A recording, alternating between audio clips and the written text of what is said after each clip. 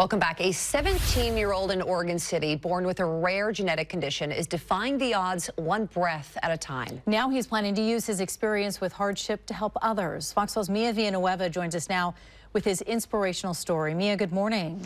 Kim and Bonnie, good morning. Michael Hayes has June syndrome. It's a rare form of congenital dwarfism that causes a deformity in his chest cavity. You can see these x-rays right here of him. And it makes it harder for him to properly breathe. An estimated 1 in every 130,000 kids are born with this condition. Michael is one of them, as is his older sister, Christina. But against all odds, Michael is going to college to study genetics and hopefully prevent other kids from suffering from this condition. The saying, never take a single breath for granted, is one that 17-year-old Michael Hayes lives by. I learned to be grateful for every breath I can get, because it's a lot better than not breathing at all. Born with a rare form of congenital dwarfism called June syndrome, Michael had been surviving on 25% lung capacity for most of his life. That capacity dropped to 20% after he had a growth spurt in 8th grade. When a normal person breathes, inhales and exhales, their chest expands and contracts with their lungs.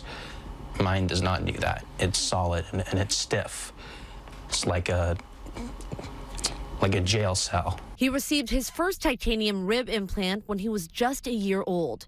It was the first of 25 surgeries Michael's had in his lifetime. His latest one was in March, when he underwent an extensive 11-hour surgery to make extra space for his lungs.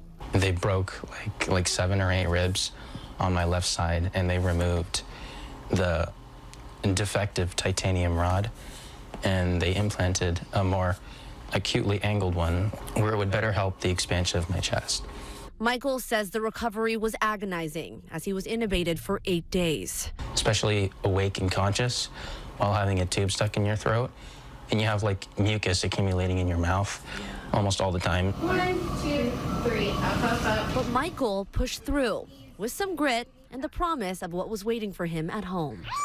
Michael is still recovering, but is looking forward to heading back to his job at Jersey Mike's and back to school to finish his senior year. Since I can't do sports, I found to love school, since it's my strong suit. And this is just the beginning of Michael's academic journey. He's getting ready for dorm life at George Fox University in Newburgh, where he intends to study genetics. I want to find ways to prevent these types of medical conditions from happening, to prevent other children from suffering like I had to.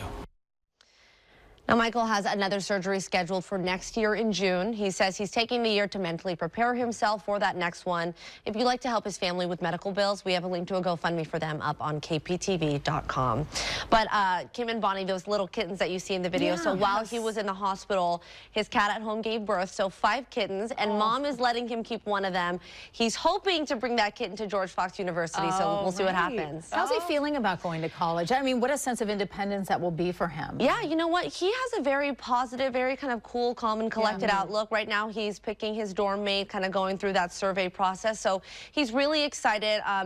Like I said in that story, he did have a really agonizing recovery with this surgery. Right. So he's really kind of anticipating that next one this upcoming June in 2025. So nervous about that, but I think college is going to be a good distraction. Yeah, and studying genetics, it's really inspiring. Well, he is one tough kid.